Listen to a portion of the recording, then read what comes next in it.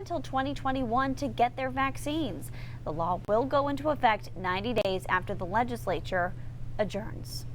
This holiday weekend brings some of the warmest temperatures we've had so far this year. Let's hope. Keith Carson tells us if we can expect any rain this Memorial Day weekend. We can. Also, the bar is real low for warmest temperatures. We get to like 73, and it's a big deal. But hey, it looks good. We'll looks celebrate good. it. We have some quick moving clouds. Weird day today, right? Officially got to 62 in Portland. The coldest 62 you will ever feel in your life. It's been windy, it's been cloudy, and then periods of sun in there. A couple of showers coming down across northern Maine. It's unstable. The atmosphere is unstable, and that will continue to be the case for the next few hours. Then it will settle down, will clear out, and we'll be in good shape for the beginning of the weekend. Again, go outside right now in Wells and tell me it feels 61 degrees. I mean, it is a weird argument for a science person to make, but it just doesn't feel that. Now, if you had the sun, it would be pretty good. But you go to the north, temperatures are in the 50s. It's been that way all day today because we haven't seen any sunshine. Look at Frenchville, winning with the 66. That's because it is sunny up across northern Aroostook County. So a couple of showers here in the next few hours. After that, we clear out. We're in good shape after midnight tonight, and we're in great shape tomorrow. So you start the day with a lot of sunshine on Saturday. Saturday looks really solid through about 1 o'clock at least. We get in the upper 60s and low 70s, and then some clouds roll in the afternoon, and showers come in around sunset, guys. There's a couple of periods of showers in here, but the overall theme for the weekend is still positive. It's still good. Love to hear that. Yes.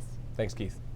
All right, all the people flocking to Portland to eat the great local food and drink the great local beer will need a great place to stay. And if you've ever tried to book a hotel room on the peninsula in the summer, you know it can be next to impossible. That's why 5 more hotels are planned for Portland in the next couple of years.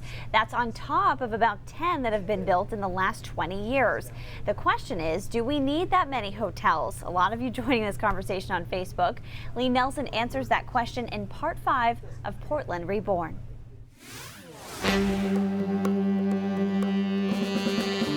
If you stayed in a hotel in Portland 30 years ago, you probably booked a room at the Holiday Inn by the Bay or 2 blocks away at the Eastland, which was actually the Sonesta 30 years ago and technically is the Westin now, but that's another story. They had most of the rooms in the 80s. In the early 90s, you also had the Portland Regency with its great location in the Old Port. But now you could go crazy trying to pick the best room with a view. This is my room, John. The food and beer boom has fed the hotel boom. New ones are popping up faster than you can count them. The Courtyard Marriott, the Hyatt Place, the Hampton Inn downtown, the Hilton Garden Inn, the Portland Harbor Hotel, the Black Elephant Hostel, the Residence Inn downtown, the AC Hotel, and the Press Hotel.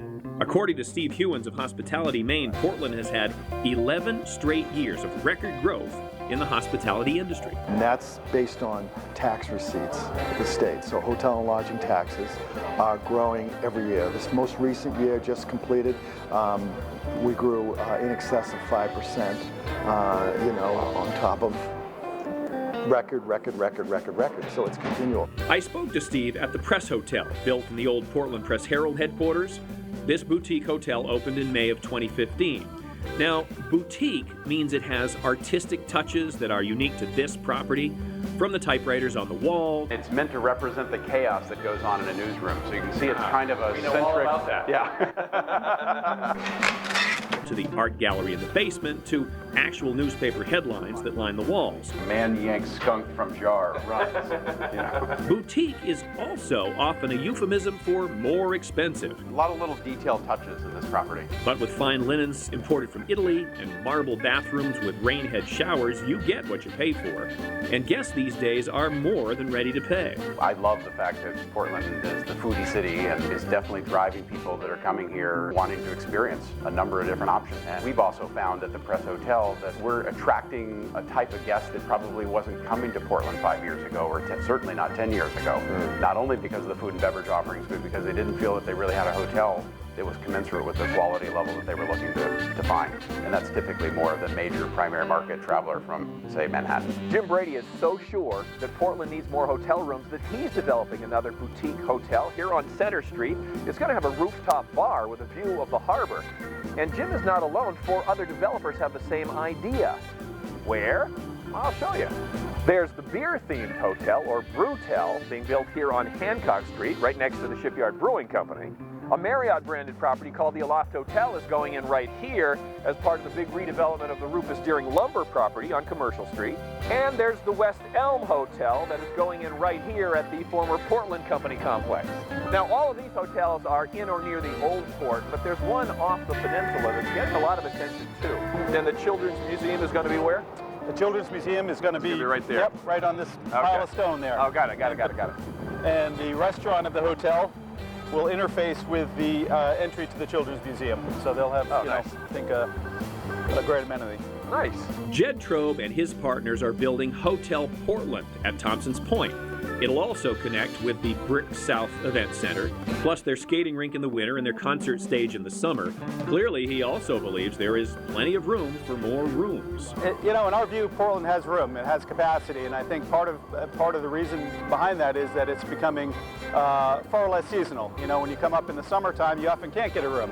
You can't get a reservation at the good restaurants, and there's plenty to do here year-round with the food scene, the beer scene, and the great cultural scene that we have here. It is truly a symbiotic relationship between the restaurants and the breweries and the hotels. They need each other to survive. Can't get beer at this level at a grocery store. And at least for the time being, they're doing so much more than surviving. Nobody is allowed to leave hungry. They are thriving. If you leave hungry, we fail. Enjoy. In a Portland Reborn. Everything tasting good? Phenomenal. What a fun series. It's been really cool to watch all of those. And the guy said in the story there, you can't find beer of this caliber in a grocery store. I will tell you, as a beer nerd, if you look hard enough, you will find that beer in a grocery store, so to speak. But we got into the whole discussion on Facebook Live yesterday about the 4 cans versus 6 cans now, because for a lot of those craft beers, you only get 4 cans. Is it the same amount of volume? I think. Well, let's see. It might 16 ounce cans, 4 times 16 is 64 versus 12 times 6 is 72. So you're getting a little bit less. You're very brave right now with these numbers. Keith will tell me I'm wrong in like 2 seconds. All good, all good. All right, wood waste for jet fuel or seaweed for biofuel. Maine has a lot to learn about the bioeconomy, and today the state found out it has a lot in common with a global leader in the industry. Also ahead.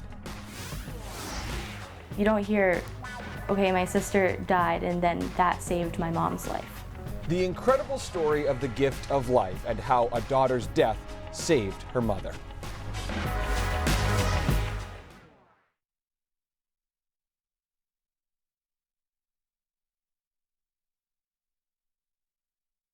Maybe you're getting the same amount.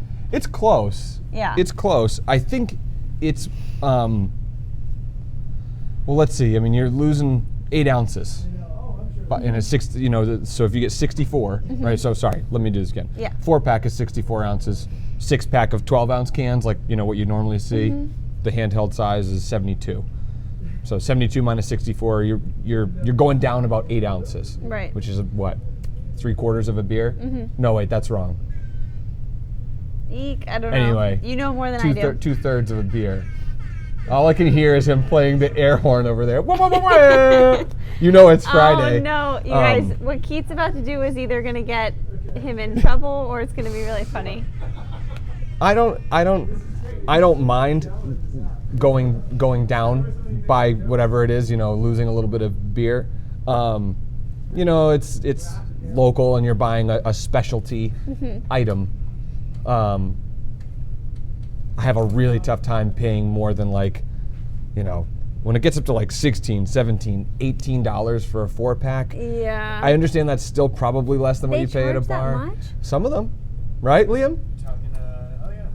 You know. Really? Like more than $100 usually. But Well, yeah, and I feel like you can get, if you're local, you can get into like, oh, I need to buy it. But like because you see these people from Mass coming up and they're buying like 3. oh yeah. Right. Liam, I don't know if you guys can hear him, but Liam is saying that a lot of the tourists will come into town and buy these, multiple 4-packs. They're spending hundreds of dollars. We saw that in Lee's story earlier this with week. them lining up, and just the bills that these people rack up at the counter are, more than $100 for 4 4-packs of beer. or 5, you know, but add tax, you get a t-shirt if you're visiting or something like that. I mean, you're looking at a $120 bill. And that's if you don't taste anything while you're at the brewery. Right. Exactly. And normally they'll like get their cases and then start like pounding beers. Right. Liam says that people will just buy their cases and start pounding beers. Yeah. Well, anyway. On site. Oh, that's a good question. Well, weigh in on Facebook Live before we come back, guys. What do you think about all the hotels that are popping up? Yeah. It is interesting. Good thing, bad thing? Leaders from across the state and around the world were in Maine's largest city for International Trade Day. We've heard a lot recently about new uses for resources we already have plenty of, like wood waste for jet fuel or seaweed for biofuel. The future of Maine's bioeconomy was front and center at this trade show in Portland, now in its 39th year. Among the hundreds who were there today, Governor Janet Mills and Finland's permanent secretary of the Ministry of Agriculture and Forestry. While there's a lot Maine can learn from Finland and other Nordic countries that have become global leaders in bioeconomy, she says there's a unique connection between Finland and Maine. We have so much in common, plenty of forest, plenty of water. So by combining the resources and combining especially the expertise, I think that we can do much more than we have done in the past. Innovative scientists from the University of Maine were also there today. One group, for example, is seeking a patent for human bones they created, human bone replicas, essentially from wood pulp. They say this could be a game changer for orthopedic materials in the medical world. Who knew that Portland was, or Maine in general, was so advanced in that type of technology? That's cool. It is really interesting, and we're going to see, I think, a new chapter unfolding here in terms of our economy as well, with all these bioeconomically inventions. Cool. Really cool. A Memorial Day tradition in Portland almost didn't happen. Coming up, we'll see how the Decoration Day commemoration was saved. Plus the story of how a daughter's death saved her mother's life. And hopefully Keith has some warm temperatures saved for us. His forecast is next.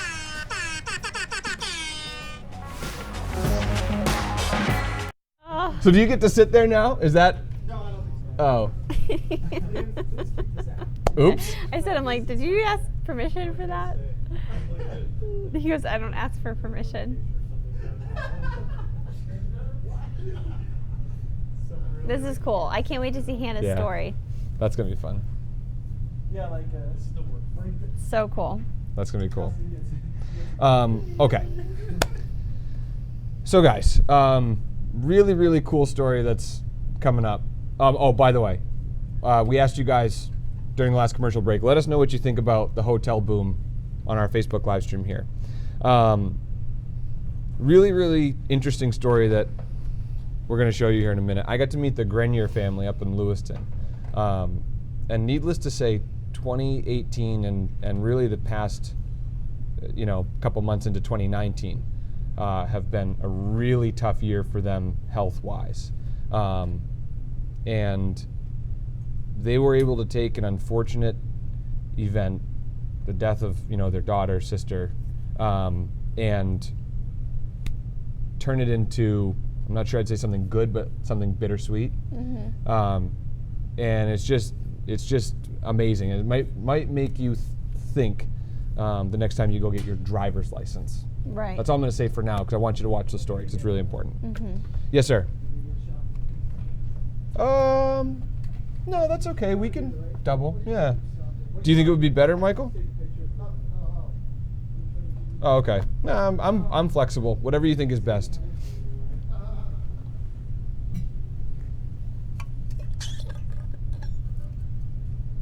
Let me look at it. I don't mind if you just take the tag. Why don't you take the tag? Okay. Full. Okay, and she can toss to weather? Yeah. Coco will take the tag full. Yeah.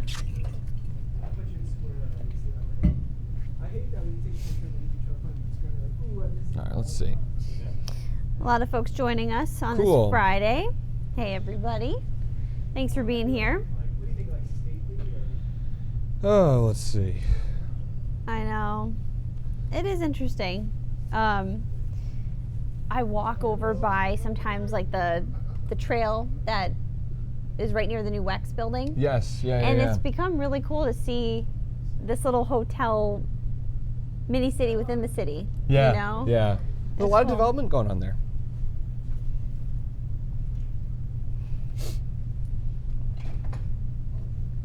The second chances that come from receiving a life-saving organ can change a family's life. And according to the National Kidney Foundation, there were 107 Mainers waiting for a kidney in 2018. For one family in Lewiston, that life-changing moment came on the heels of terrible news, the death of their daughter. The Grenier family says it's whom the organ came from that helped them cope with that loss. It's a little water damage, but it's one of my favorite pictures of us. It was me and her at her wedding. I was 3 years old. A 19-year age difference is quite a bit, but not enough to distance Molly Grenier from her older sister Megan. They were, by all accounts, inseparable until this year. It was like the last time that we were able to spend together, but it was a really great time. About 1 month ago, Megan fell and hit her head. She later went to the hospital, where doctors discovered bleeding in her brain. And they said, yeah, you guys need to get here as soon as you can. This is pretty serious. No matter what doctors tried, they could not stop the bleeding.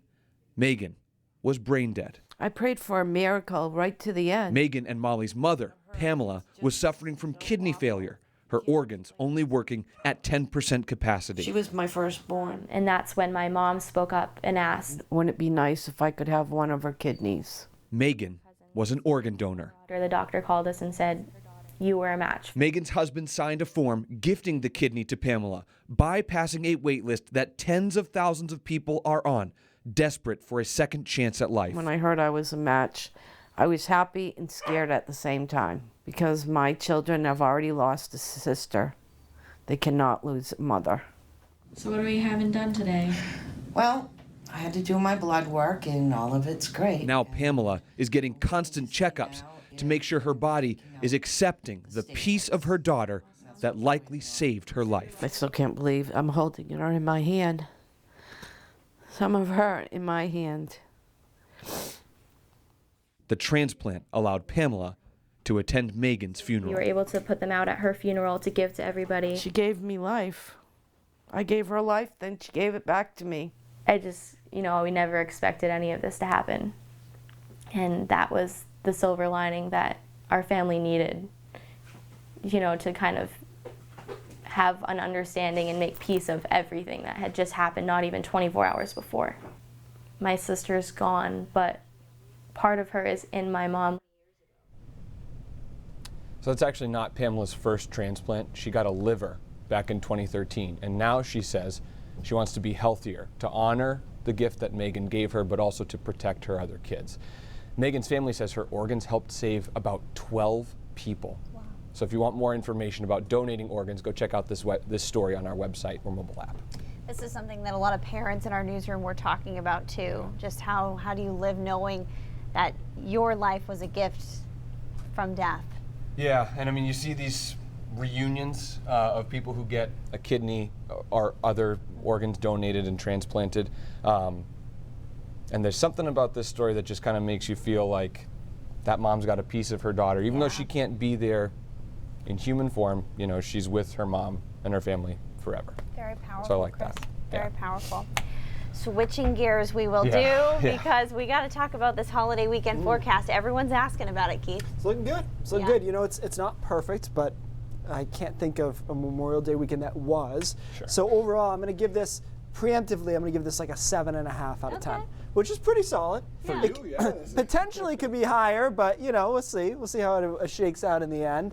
Right now, we had a day that was very convective and unsettled and coolish, especially over central Maine, only in the 50s. But look at Caribou and look at Sanford. What you're seeing is two areas far apart in the state that saw some sunshine, so that drove temperatures up quite a bit. We're starting to clear some of the clouds out, just about to get that clearing line in Bangor, and then down into central and southern Maine. This clearing line is pretty distinct, so you'll actually probably see it come through if you were to look up at the right time. A couple of showers still in Aroostook County, but most of us are dry, and that's how we'll stay through the rest of tonight. Current temperatures in the upper 50s, low 60s, but again, as I mentioned, it is a coolish 60 in a lot of spots, with those gusty winds still kicking around and the sun not really involved here. So showers settle by tonight. Midnight it is clear. After that, we get off to a great start on Saturday. A lot of sunshine there through the first half of the day. Really, really solid. It's not until later in the afternoon that we start to see some clouds roll in, 2, 3 o'clock for most of us.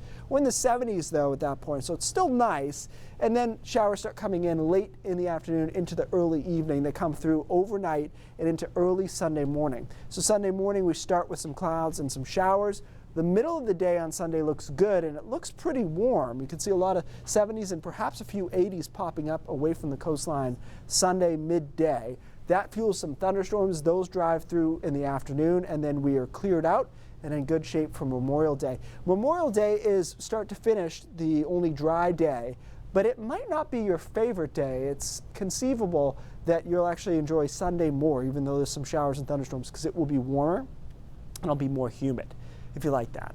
I like it a little bit this time of the year. So here's a look at kind of the chances of how this all breaks down. Looks dry, and then a chance of showers overnight into Saturday into Sunday morning. Middle of the day Sunday is good, and then into some thunderstorms possibly on Sunday afternoon. By the way, not everybody gets those thunderstorms Sunday afternoon. It'll be probably the usual suspects out towards Sebago and maybe up into Lewiston and across into Bangor. All right, after that, we got to watch what's happening next week. We're just on the line here between real heat and Maine summer. So Wednesday and Thursday, it's going to be close. At this point, I'm playing it pessimistically, so I can always change it and you'll be happy. That's the best way to look at it. So we're watching that front on Wednesday. I think we're going to end up on the wrong side of that front. We may be mild on Thursday and then drive a thunderstorm through. But it could be, after a nice weekend, it could be a little painful on Wednesday because it's potential that it'll be, 90 in Connecticut and we'll be 55. So, that's what happens. But focus on the positive. The weekend looks good. Awesome. Yeah. That's good news. All right. Thanks so much, Keith. We actually have some breaking news that we need to tell you about. A verdict has been reached in the Jalik Keene trial. Keene is accused of raping and murdering 19-year-old Michaela Conley at a school playground in Bar Harbor last year. Sean Stackhouse is live now with more details. Sean, the verdict just delivered. Chris and Lee, not even 5 minutes ago, the jury reached the verdict finding Jalik Keene guilty on all counts of the 2018 rape and murder of 19-year-old Michaela Conley in Bar Harbor. It was a very emotional scene inside of the courtroom as the verdict was read. There were at least 30 friends and family inside of the courtroom at the time, and throughout the rest of our evening newscast, we'll be bringing you updates on what some of the testimony was said earlier today. Jalik Keene even taking the stand himself earlier this morning. And we'll be bringing you all of that as we go forward. But that's the news that we have right now. This all just happened about 5 minutes ago. Chris and Lindsay, I'm going to send things back to you. Sean Stackhouse live in Ellsworth tonight for us. Thanks so much, Sean. And we do, of course, have more details right now at our website and mobile app. Well, this holiday weekend is a time to honor the lives who never returned home from serving our country. From parades to services, communities everywhere have plans to pay tribute in some way. But this year, a tradition for Portland's Deering Center almost didn't happen. The Decoration Day commemoration for the last 5 years starts with a procession from Longfellow School and ends with a commemoration at Evergreen Cemetery. When Bobby Cope found out in March the event was in need of new fundraising leadership, she didn't hesitate to take on the planning. She says an outpouring of support from her neighbors followed. People crave community, and I just love that phrase. And I think what we're creating here is a community event that's important. This year's event is planned for Monday, Memorial Day at 2 in the afternoon. A lot more coming up on News Center Maine at 5:30. A former Catholic priest convicted of abusing a boy in Maine has been sentenced. Ronald Paquin was found guilty of 11 of 24 counts of gross sexual misconduct last year and now knows how long he will be behind bars. And the city of Westbrook will soon be ready to rock. This weekend, the new concert venue Rock Row opens up. News Center's Cameron O'Brien will let us know what still needs to be done to get ready. All right, a lot more happening on News Center Maine at 5:30, but brain drops when we come back. Cool. Awesome. Good luck with the 5:30. See ya. Thank you. Bye, bye, bye. Bye, Facebook. Have a good, safe weekend. I'll see you guys later. All right, guys, let's check in and see what you guys are saying here. Yeah.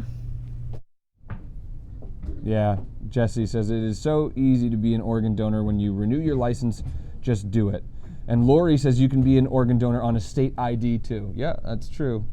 You know, we asked for statistics from the Maine Secretary of State's office, and in April of 2019, this is just really one tiny snapshot. Statewide, of all the places you could get a driver's license or a state ID, 57% of people in Maine last month elected to be organ donors. So we tried to get a little bit more data to see if there's a trend.